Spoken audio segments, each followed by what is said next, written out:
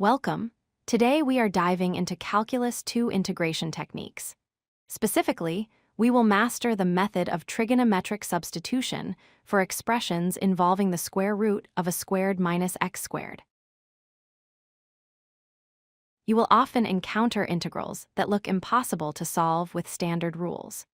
If you see a square root containing a constant squared minus a variable squared, standard U substitution usually fails because you cannot split the terms inside the root. The secret to solving this lies in trigonometry.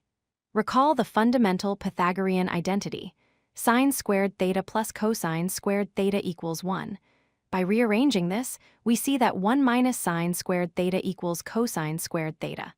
This structure matches our problem perfectly. Here is the strategy. When you see the square root of a squared minus x squared, we let x equal a times sine of theta. The a value comes from the constant in your square root. This choice allows us to use the identity we just saw. This is the most common mistake. When you change the variable from x to theta, you must also change dx. By taking the derivative of our substitution, we find that dx becomes a times cosine theta d theta. It is helpful to visualize this relationship using a right triangle. Since sine of theta equals x divided by a, we label the opposite side x and the hypotenuse a by the Pythagorean theorem. The adjacent side becomes exactly the square root term we started with. Now, let's substitute x into the square root. We replace x squared with a squared sine squared theta. Notice how both terms now contain a squared. We can factor out the squared.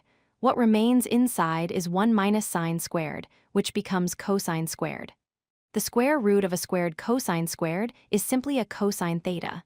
The complex root has vanished. Let's put it all together in the integral. We replace the square root term with a cosine theta. We replace dx with another a cosine theta. This gives us a new, manageable trigonometric integral, a squared times the integral of cosine squared theta. Once you integrate with respect to theta, you are not done. You must state the final answer in terms of x use, the reference triangle we drew earlier to find the algebraic ratios for any trig functions in your answer. To wrap up, remember these 4 steps. 1. Identify the form square root of a squared minus x squared. 2. Substitute x equals a sine theta and find dx. 3. Simplify and solve the trig integral. And 4. Use the triangle to convert back to x.